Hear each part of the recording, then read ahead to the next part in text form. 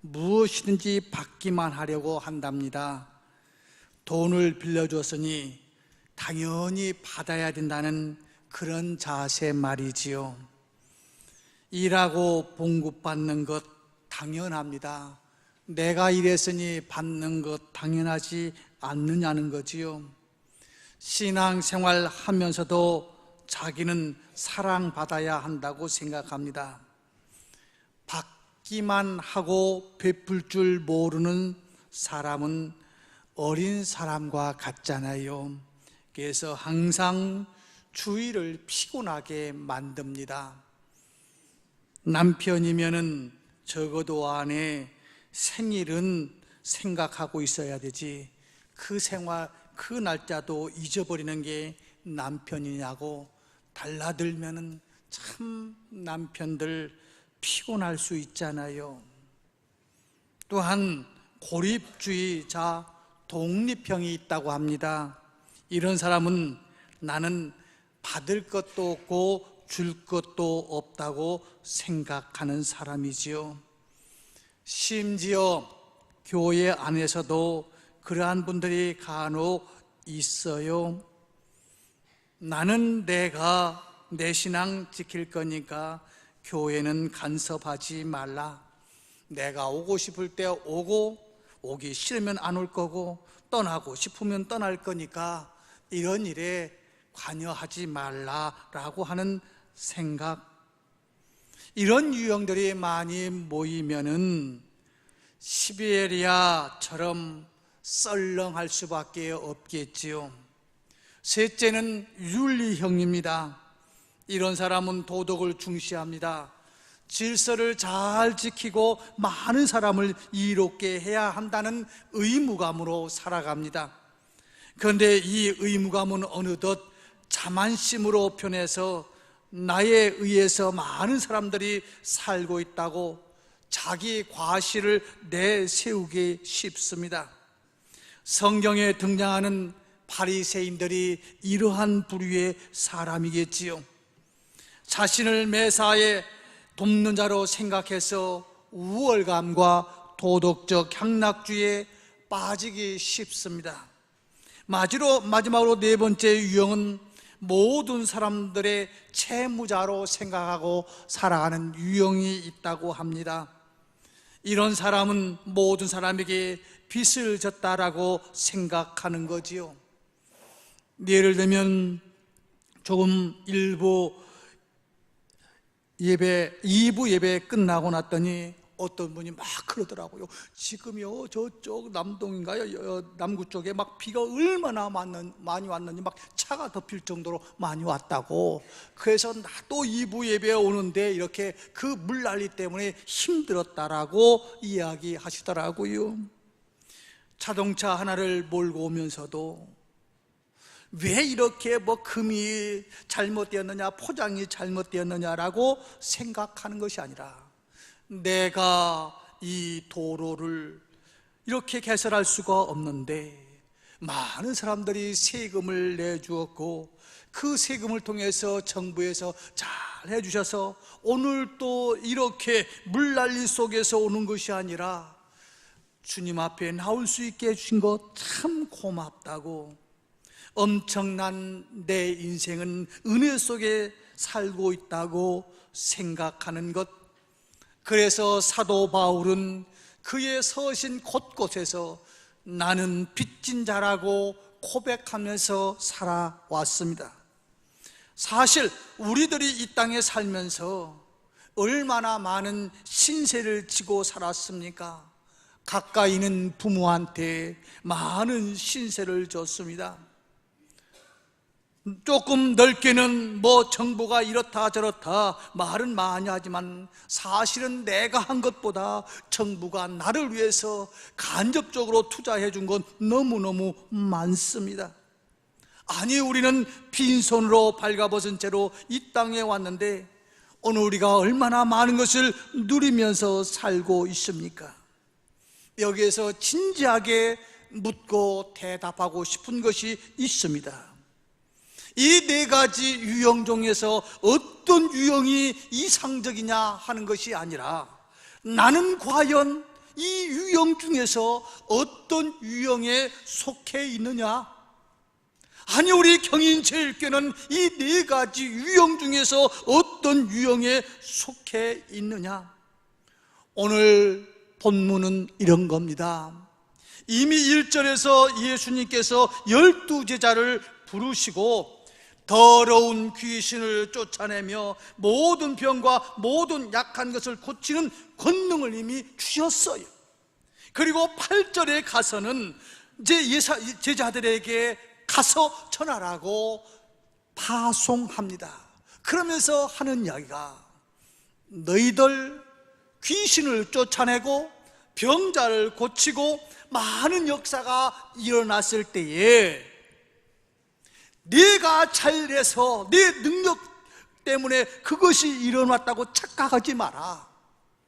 물질적인 보답이든 정신적인 보답이든 어떤 보답을 받을 생각하지 마라.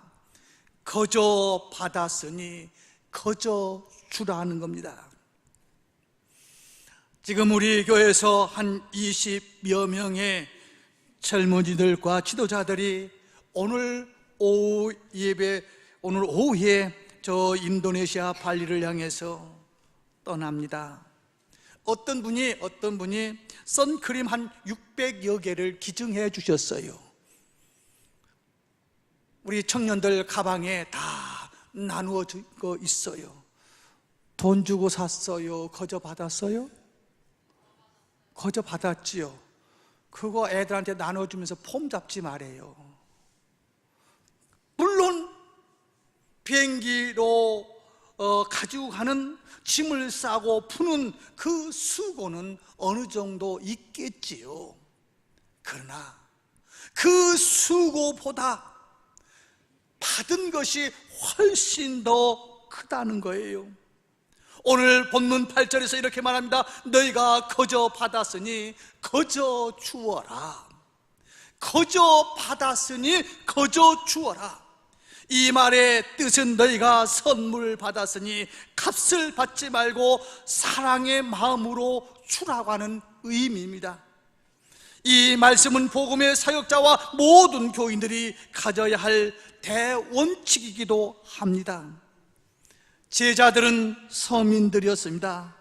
제자들 대부분 다 순진한 사람들이었습니다.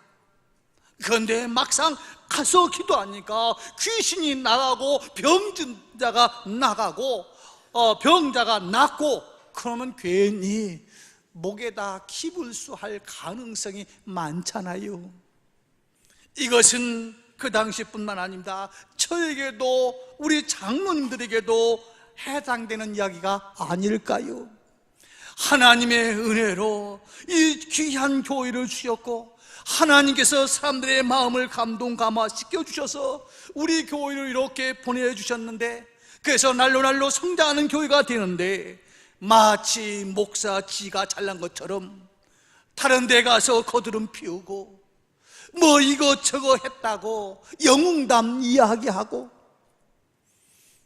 장로님들도 마찬가지겠죠. 이제 우리 교회가 점점 커지면은 이제 어떤 회의를 하면 노예도 개최해야 되고 시찰회도 해야 되고 어떤 일을 하면서 식사 대접도 하고 뭣도 하면서 해야 되겠지요. 짧게는 좁게는 교인들의 헌금을 가지고 하면서, 더 나아가서 넓게는 하나님께서 주신 그 은혜를 가지고 하면서 마치 본인들이 한 것처럼 목에다 기부수하면서 그렇게 하지 말라는 거예요. 복음의 능력은 모두 하나님의 것입니다. 받은 것을 나누어 주는 것으로 만족해야 합니다. 오늘날 복음을 전하는 사역자들에게만 국한된 것은 아니지요.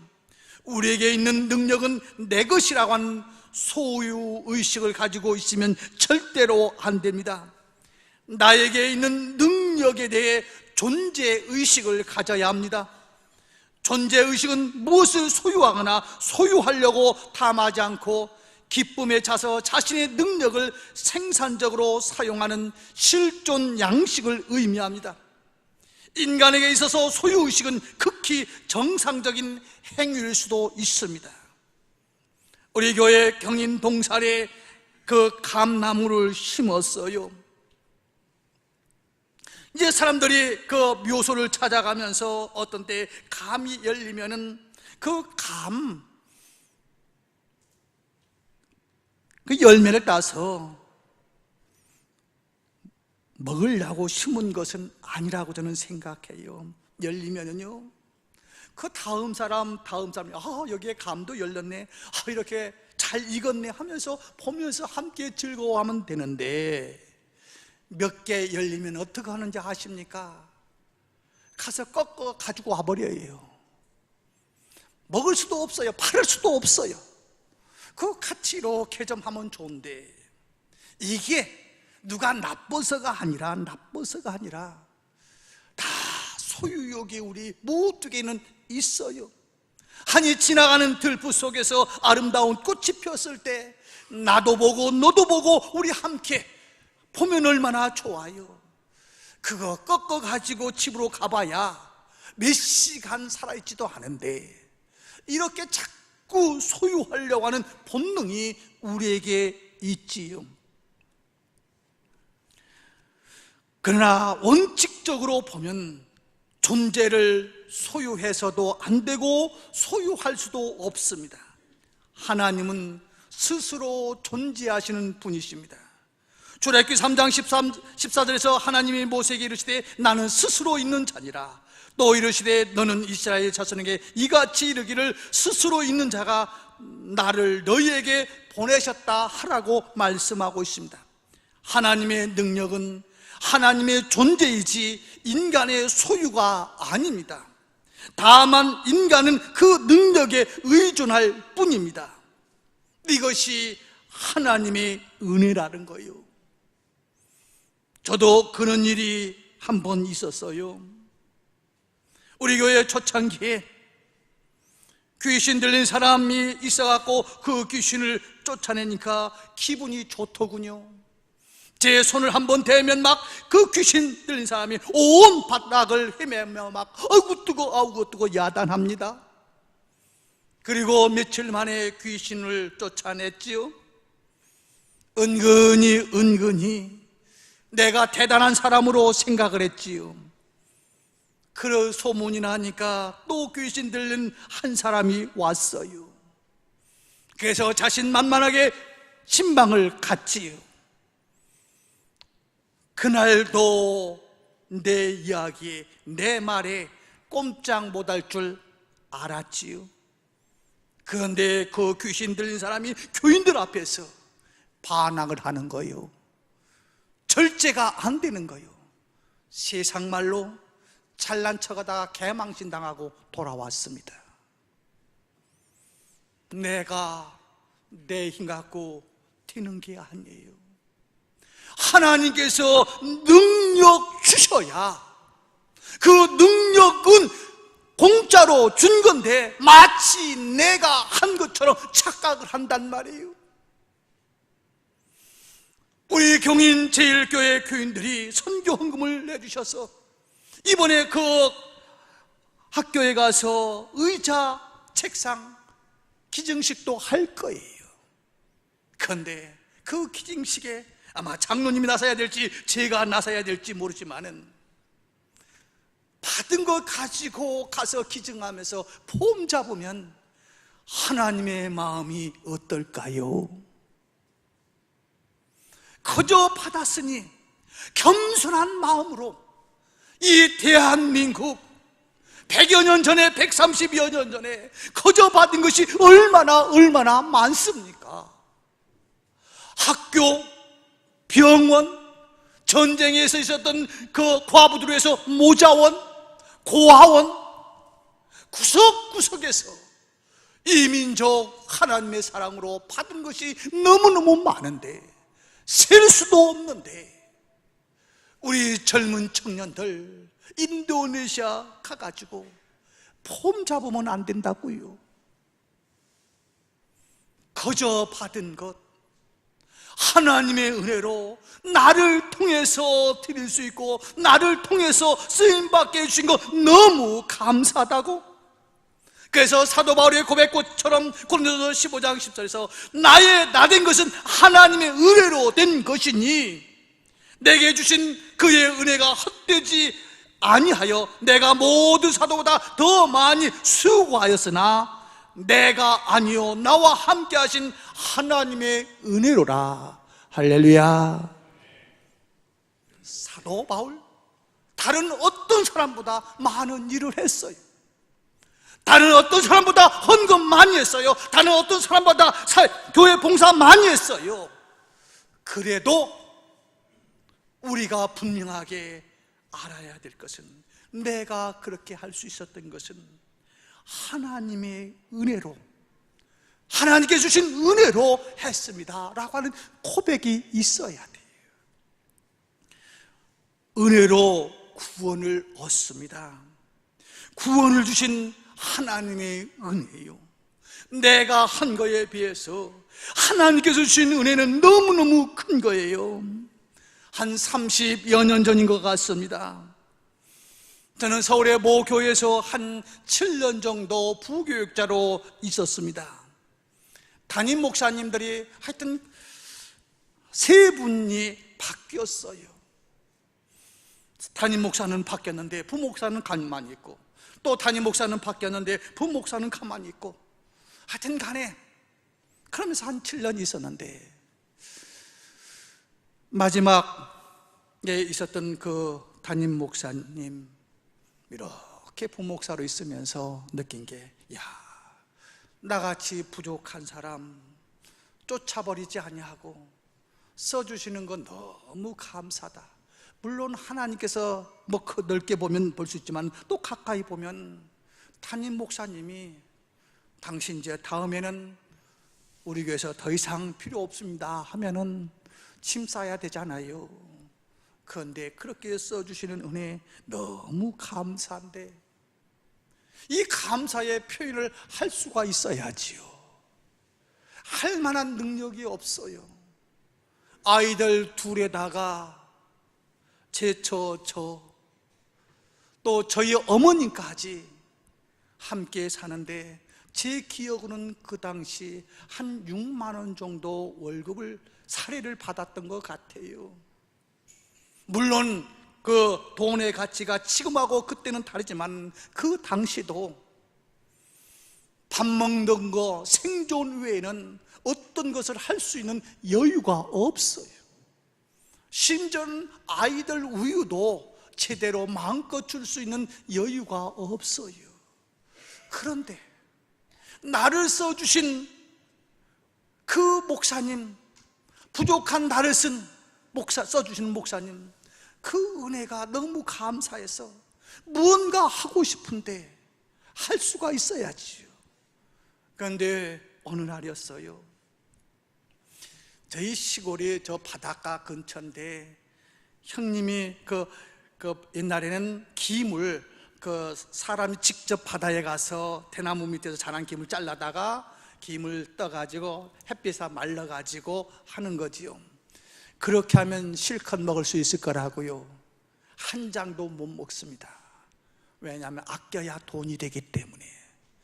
근데 그걸 제가 용어를 잘 모르겠어요. 아까 2부 때도 물어봤는데 안 들려가지고 100장이 한 톳이에요. 한 첩이요. 톱? 예, 100장을 주셨어요. 저희 형님도 어려운 가운데 그걸 보내왔고, 그걸 보는 순간 옛날 김밥이 밥도둑이라고 하지 않았습니까? 얼마나 맛있는 거예요. 지금이야 흔한 게 그 김이겠지만은, 그런데 그것을 먹을 수가 없더라고요. 그래서 담임 목사님한테 드려야겠다. 지금 같으면 좀 폼이라도 나게 저 문방구에 가서 포장지라도 좀 사가지고 예쁘게 포장해갖고 드리면 좋을 텐데, 그 포장지 살 값도 없어요. 그래서 신문지 둘둘 말아가지고 부끄러운 손이지만은 갖다 드렸더니, 제처를 통해서 드렸어요. 그러니까 주일날 이렇게 목사님이 지나면서 이 목사 고마워, 딱 그 말 한마디 하고 가는데, 제가 한 거에 비해 가지고 그 말씀은 너무너무 감동적이더라고요. 여러분, 하늘나라에 가서 우리 하나님한테 그런 말 한번 들어보지 않을래요? 내가 하나님 앞에 한 건 너무너무 적은데, 너무너무 부족한데, 얘야, 내가 세상에 살아있는 동안 했던 건 너무 고마워. 엄청나게 무언가 내세우면, 신문 방송국에 나오면 사람들이 입을 못 다물 정도의 일이 아니에요. 그저 다른 시각으로 보면 이게 사람을 뭐로 보는 거야? 포장지 하나도 못하고 신문에다 둘둘 말아가지고 왔어, 이렇게 성의 없는 놈이 어디 있어? 라고 말할 수 있는 그런 상황밖에 우리가 하지 못했지만은, 하나님의 은혜를 생각하는 사람들은, 하나님의 은혜를 내가 거저 받았다고 생각하는 사람들은 항상 감사하며 살 수 있는 거예요. 제가 2부 예배 때도 말했어요. 우리 젊은이들 인도네시아 가면은 지금은 자기들 방 한 칸에 한 사람씩 쓰지만은 절대로 혼자 가서 혼자 쓸 수 있도록 환경의 여건이 안 될 거예요. 더우면 에어컨 켜겠지만 선풍기도 없을지도 몰라요.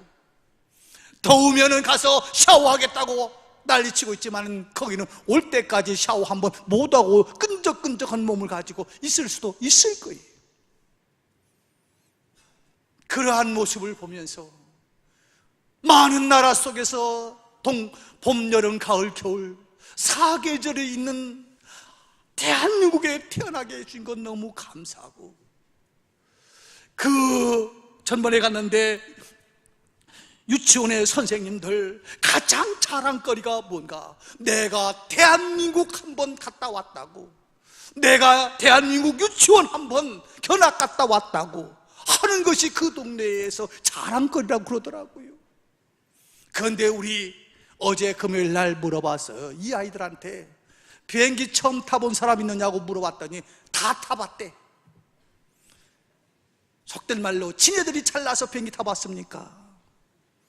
하나님께서 대한민국을 사랑해 주셨고, 좋은 부모 만나게 했고, 좋은 환경에서 태어났기에 비행기를 타볼 수 있었고, 인도네시아 갈 수 있는 기회를 주셨는데, 그 은혜를 생각하며 거저 받았으니 거저 줘야 된다고 하는 그 은혜에서 출발해서 600여 명의 아이들을 만나서 뛰고, 그 다음에 한국어를 또 문화를 또 예수를 소개한다면 어떤 환경에서도 불평불만이 있는 것이 아니라, 하나님 감사합니다, 하나님 감사합니다, 거저 받았으니 거저 주라고 하는 그 분명한 의식이 있을 때는 비행기가 연착되어도 감사하고, 어떤 때는 음식이 잘 맞지 않아서 못 먹어도 감사하고, 땀을 질질 흘리면서 샤워하지 못해도 감사할 수 있어요.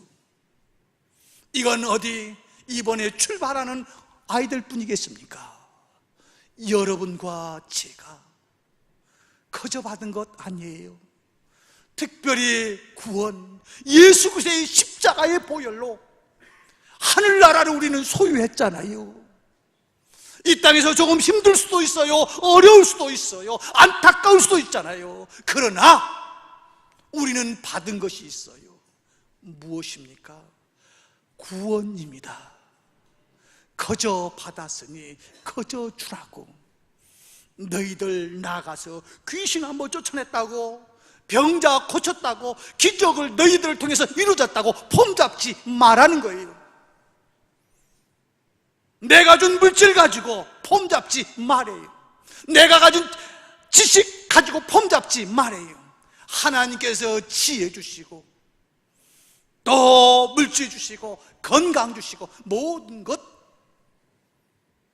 전체로 볼 때는 하나님께서 주신 거에 수천 배 수만 배의 일에 불과한 그 조그만 것 내가 했는데, 그것이 전체가 내가 한 것처럼 착각하지 말아요. 말씀을 맺을게요. 우리는 나도 모르게 소유욕에 사로잡혀 있을 수밖에 없습니다. 그리고 내가 무엇인가 하고 나면 꼭 거기에 대한 대가를 원합니다.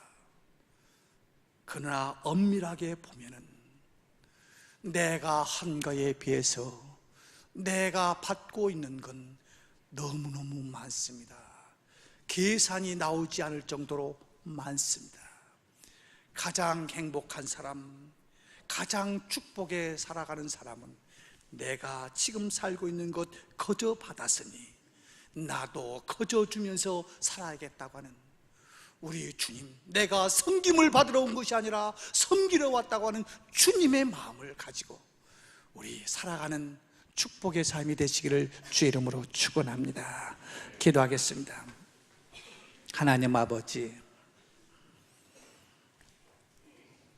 저희 경인제일교회 전적인 하나님의 주신 은혜로 말미암아 우리 20여 명의 선교팀을 저 인도네시아 발리라고 하는 섬으로 단기 선교사로 파송하게 하여 주신 것을 감사합니다.